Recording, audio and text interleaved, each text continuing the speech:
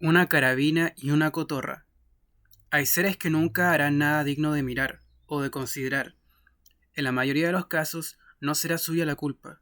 No han tenido preparación ni oportunidad para ello, o la vida se les ha presentado en tal forma que apenas les ha permitido luchar para subsistir, es decir, para trabajar, es decir, para pelear diariamente y durante horas, 8, 10 o 12, con los más heterogéneos y extraños elementos, con el barro, el que hace adobes, con grasientas y engrasentadas piltrafas, de cuero de animal, el curtidor, con madera, clavos y duras herramientas, el carpintero de obra, con trozos de suela y con zapatos viejos y malolientes, el zapatero, con una manivela que debe hacer girar incansablemente o con una bocina que debe tocar 10, 100, 1000 veces al día, muchas veces sin necesidad y solo por hábito, el conductor de vehículos motorizados, con fríos hierros, potes de grasa y tarros de aceite, el mecánico, con un escobillón, un tarro y un carretón hirviente de moscas, el basurero. ¿A qué seguir? La lista de trabajadores es interminable, así como es interminable el número de oficios que desempeñan. ¿Qué tiempo? ¿Qué oportunidad? Sin olvidar que el contacto diario y durante años con el barro, los cueros, las maderas, la manivela, los hierros y el carretón, repleto de basura, terminan por dar a su personalidad una condición semejante a la que esos elementos tienen. Algunos logran, a veces, hacer algo. ¿Cómo? No se sabe, y casi no se explica, pero lo hacen. En la mayoría de los casos no son hechos extraordinarios. Lo extraordinario está en que, dada su condición, hayan podido realizarlo. Siempre recuerdo que lo que alguien contaba sobre el indio que, allá en Tierra del Fuego, venía periódicamente a pedir la carabina. Préstame tu carabina, patrón. Llévala. Le daba el arma y dos proyectiles, y el indio, Juan, Domingo, Santiago o sin nombre alguno, regresaba 2 o 3 días después, llevando sobre su desnuda espalda un cuero de guanaco y un cuarto del mismo animal. Además, el arma y la bala sobrante. Toma tu carabina, guanaco gordo, cuero very well, goodbye, patrón. Sabía inglés y español, aunque ignoraba cuál era el español y cuál el inglés. Un día, mientras el patrón la usaba, la carabina se descompuso, se atrancó, algo se le aflojó o algo se le apretó. Lo mismo daba. El patrón la miró y la remiró, forcejeó aquí, le echó grasa allá, inútil. Cuando el indio volvió, le dijo: no hay carabina. Guanacos gordos, patrón. Carabina mala. El indio volvió 2 o 3 veces. Su mirada era cada vez más triste. Carabina mala. No tenía tiempo para llevarla a algún armero de Punta Arenas. Después de varias visitas del indio, se dio cuenta de que ocurrían dos cosas. Primera, el indio se moría de hambre. Segunda, no entendía lo de que la carabina estuviese mala. Creía sencillamente que no quería prestársela. Eso le dolió, y la primera visita le entregó como siempre el arma, con los dos proyectiles. Mejor sería que se convenciera por sí mismo. El indio se fue casi corriendo. Volvió, 2 o 3 días después, con dos cueros de guanaco, un cuarto de animal, la carabina y la bala sobrante.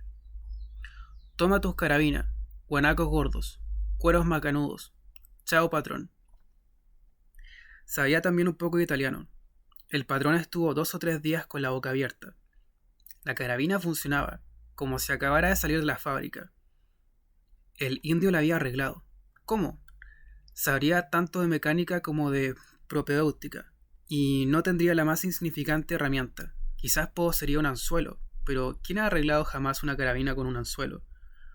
Cuando el indio volvió de nuevo, el patrón le entregó el arma y las dos balas, sin atreverse a preguntarle nada. Estaba seguro de que no habría sabido explicarle cómo la había arreglado. El indio, por su parte, no lo intentó. Quizás no podía. La lucha por la vida le había impedido aprender a pensar y a expresarse.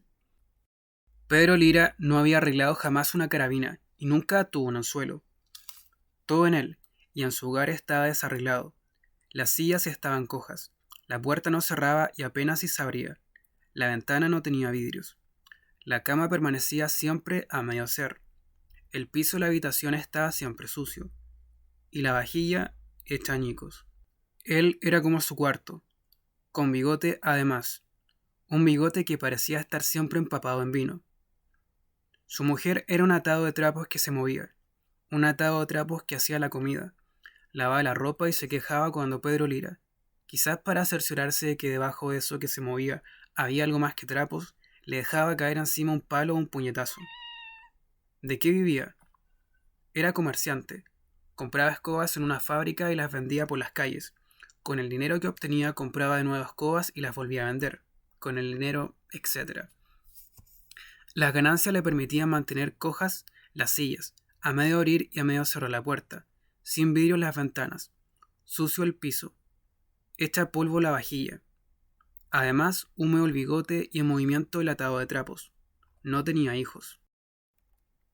Lo único estimable en su cuarto era la mesa. No por su estilo, no por su madera, no por su barniz. Lo era por su tamaño, demasiado grande para el cuarto, y porque sobre ella solía moverse lo único hermoso que hubo en la vida de Pedro Lira, lo único que quizás justificó su triste y destartalada existencia de comprador y vendedor de escobas. Una cotorra. Yo tenía, por esos tiempos, una estatura que sobrepasaba solo por escasos centímetros la altura de la mesa. Diferencia a mi favor que me permitía mirar de pie lo que ocurría sobre aquel mueble. Digo de pie porque Pedro Lira jamás me invitó a que me sentara. Quizás pensaba que no era de mi gusto hacerlo, o quizás tenía la sospecha de que, como él, no tenía fe en sus sillas. Parado allí, miraba. Pedro Lira, sentado en una de las sillas, las conocía mejor que yo, iniciaba sobre la mesa con sus largas y negras uñas, un repiqueteo parecido al de un tambor. La cotorra, que vagaba por el cuarto o por el patio buscando qué comer o que subía y bajaba interminablemente por los palos o guías del parrón, se detenía. Era una llamada para ella sola. Si el repiqueteo persistía y aumentaba la intensidad, o si al golpe de las uñas se unía el golpear de los nudillos sobre la mesa, abandonaba todo, el palo, la guía o el trozo de papa cocida que picoteaba, y corría hacia la puerta de la pieza de Pedro Lira. Colábase por ella, y acercándose a la mesa, se detenía junto a uno de los derrengados zapatos del vendedor ambulante. Allí esperaba. El repiqueteo aumentaba, en profusión e intensidad. Pedro Lira, transfigurado, brillante los ojos, erguido el cuerpo, casi seco el bigote, olvidado de las sillas desvencijadas, de la escoba amontonadas en un rincón del cuarto, de la ventana sin vidrios, del piso sucio y de la vajilla hecha harina, olvidado también del atado de trapos, ignoraba a la cotorra, que allí, a sus pies, levantada la cabecita, le miraba con la expresión del niño que espera que su padre o su abuelo lo tomen en brazos, izándolo. Llegaba un momento, sin embargo, en que ya no se podía esperar más. El repiqueteo alcanzaba intensidad sobrecogedora. El redoble del tambor se convertía en un rumor de caballos lanzado a la carga, y en medio del trepidar de los cascos se escuchaba algo como el explotar de gruesos proyectiles. Una voz venía a dominar el tumulto. ¡Atención! En ese momento la cotorra, bajando la cabecita, daba fuertes picotazos sobre el zapato de Pedro Lira, quien, sin torcer el cuerpo, ni mirar hacia abajo, dejaba caer uno de sus brazos y ponía al ras del suelo, estirado el dedo índice, la oscura mano. En aquel dedo, con la rapidez de quien salta a un tren en movimiento, se encaramaba la cotorra. El brazo subía y se posaba de nuevo sobre la mesa, sobre la cual la cotorrita descendía, y en la que quedaba inmóvil, erguida, esperando. El repiqueteo cesaba bruscamente. Pedro Lira, recogiéndose al cuerpo los brazos que reposaran sobre la mesa, gritaba: ¡Atención! ¡Firmes!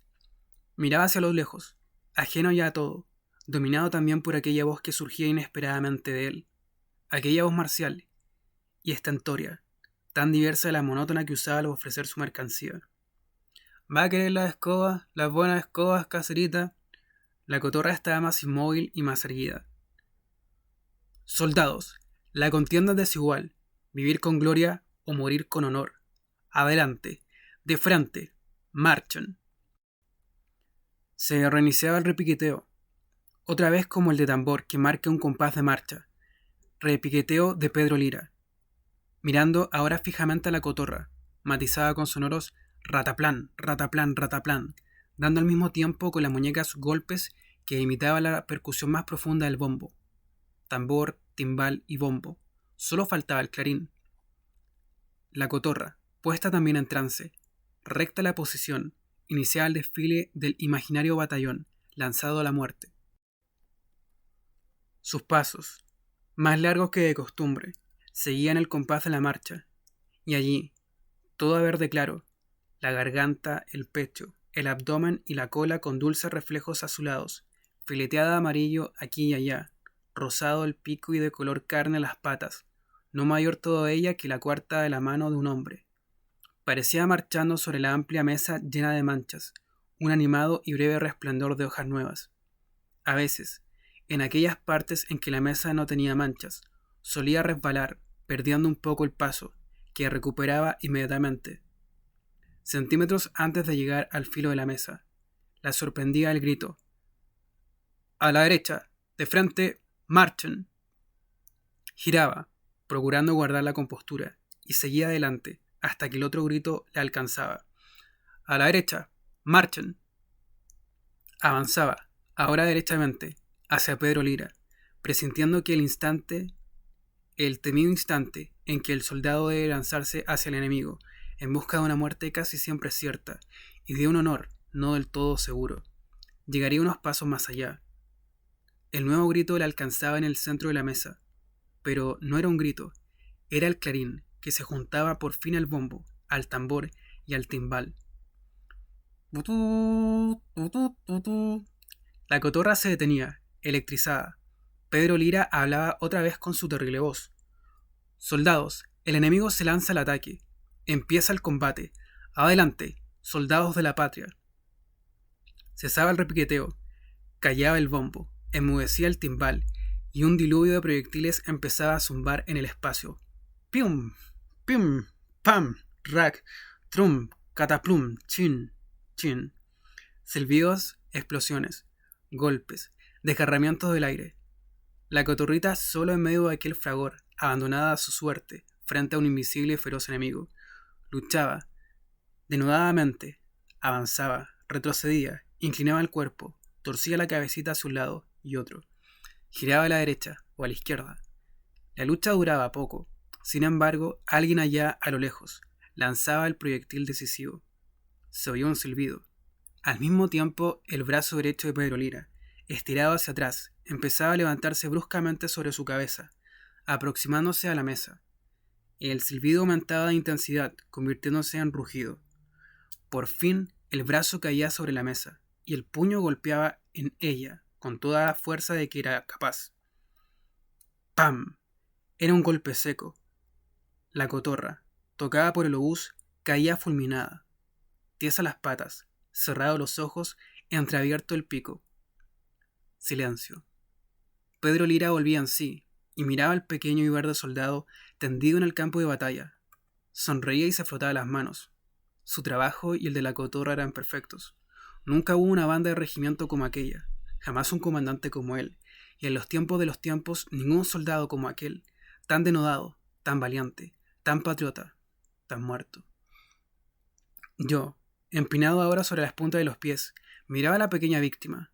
Todo aquello me sobrecogía, pues todo gracias a Pedro Lira. Aparecía real. Pero el mago tornábase de nuevo serio. Faltaba el último acto. Se escuchaba otra vez el clarín, un toque alegre y ligero. Tururú, tururú, tutú. La cotorra no se movía. Pedro Lira gritaba de nuevo marcialmente: «Soldados, la batalla ha terminado. El enemigo ha sido vencido. El regimiento vuelve a su cuartel». Tururú, tururú. Se reiniciaban el redoble del tambor, el golpe del bombo y el rataplán del timbal, y junto con ello la cotorra, único y digno soldado de aquel regimiento, abandonando su papel de soldado muerto, volvía, más afortunado que otros soldados, a desempeñar su papel de soldado vivo. Se erguía sobre sus rosadas patitas, poníase recta y avanzaba airosamente, a paso de parada, hacia Pedro Lira, que la miraba venir hacia él, brillante los ojos, encendido el rostro, húmedo los labios. Ella, toda verde claro, con dulces reflejos azules y suaves destellos amarillos, su obra, la única belleza que había logrado crear durante su trashumante vida de vendedor de escobas. Llegaba ante él, y ante él se detenía, esperando su recompensa, una caricia o un trozo de papa cocida. 2 o 3 años después de separarnos de él, mi madre y yo supimos que Pedro Lira había muerto, borracho. Un tren lo arrolló, junto con su mercadería, en un solitario paso a nivel. ¿Qué destino tendría su cotorra? ¿Cuál su mujer? Lo ignorábamos, y estábamos lejos de ellas. Toda una provincia nos separaba. Hablábamos muchas veces sobre aquel hombre y aquella avecilla. ¿Cómo había logrado enseñarle todo aquello? ¿Cuánto tiempo demoró?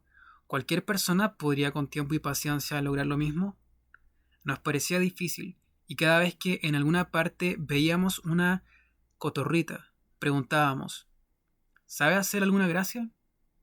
Sí, sabían dar la pata y hablaban tal o cual palabra, nada más.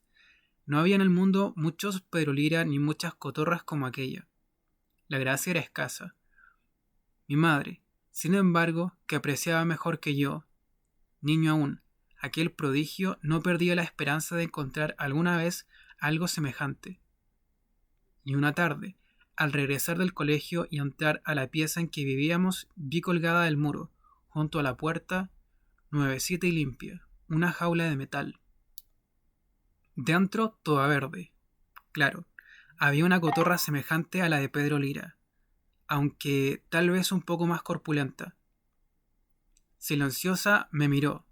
Mi madre no estaba. Dejé en la pieza mis libros y salí a mirar al pájaro. ¿Sabría hacer alguna gracia? ¿Daría la patita? ¿Alaría? ¿Haría algún especial movimiento? No me atreví a meter el dedo dentro de la jaula, ni mucho menos a sacarla de ella. Mi madre llegó pronto. Me dijo, la compré, hijo. El hombre me dijo que era muy inteligente. Aquello me extrañó. Era año de pobreza, más pobre quizás que el anterior. Los años de los pobres son así, cada vez más pobres. Y me pareció raro aquel despilfarro. Me explicó. Me costó muy barata. Además, no pude resistir la tentación. Tenía tantas ganas de tener una. ¿Te acuerdas de la de Pedro Lira? Comprendí que, en secreto, mi madre tenía la esperanza de llegar a enseñar a aquel pájaro, sino todo lo que el otro sabía hacer. Algo por lo menos, algo que ella discurriera. Días después, al llegar a mi casa, encontré a mi madre con una cara extraña en ella. ¿Qué le pasa? Tenía un dedo, el índice de la mano derecha, vendado. ¿Se lastimó? Señaló hacia la jaula, la cotorra, toda verde claro, con dulces reflejos azules y toques amarillos aquí y allá. Le había dado, al abrir mi madre la puerta y ofrecerle el dedo para que se subiera a él, un feroz picotón. El pico, fuerte, casi había desgarrado la piel. La culpa es mía, es muy pronto todavía. La cotorra, detenida en el travesaño central de la jaula, parecía escuchar. Es muy pronto todavía. Pero mi madre era impaciente, y pocos días después vi de nuevo la venda sobre el mismo dedo, en idéntico sitio y con la misma fuerza. Increíble, en una mancha toda verde claro, con tonos azulados y reflejos amarillos.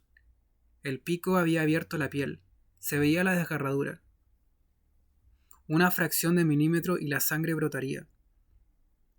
La cotorra, silenciosa, miraba desde el travesaño. Mi madre la mimaba hablándole con todo el cariño de que era capaz y llenándole la jaula de papas cocidas, trozos de choclo tierno, hojillas de lechuga. La cotorra comía como un león, pero en ella había algo que no tenía la de Pedro Lira, algo distante y aislado, tal vez como un sentimiento de propia soledad. Varios días después, a la hora de almuerzo, noté que comía algo extraño para aquellos días de pobreza. Una sopa en la que, además de arroz y papas, se hallaban unos trozos de carne blanca y tierna. ¿Qué es esto, mamá? Muda señaló con la cabeza hacia la jaula. Miré, estaba vacía. Después miré el índice de la mano derecha de mi madre. Una venda, más voluminosa que las anteriores y ahora manchada de sangre. lo cubría. Me extrañó aquello, pero me lo expliqué, aunque no en el acto. Nuestro cuarto, aun en la mayor pobreza, estaba siempre limpio y ordenado. Las sábanas brillaban de blancura, el piso se hallaba siempre sin manchas, y todo estaba en su sitio y en buen estado. Ella lo hacía todo, absolutamente todo. No podía reprocharle nada. La gracia necesita, quizá, para expresarse, tiempo y despreocupación de otras cosas, y ella no tenía ni lo uno ni lo otro. La cotorra había ganado la batalla, pero perdido la vida. La libertad y la independencia tienen, por lo visto, un duro precio. Mi madre había perdido una ilusión. Yo, gratuitamente, ganado una cazuela.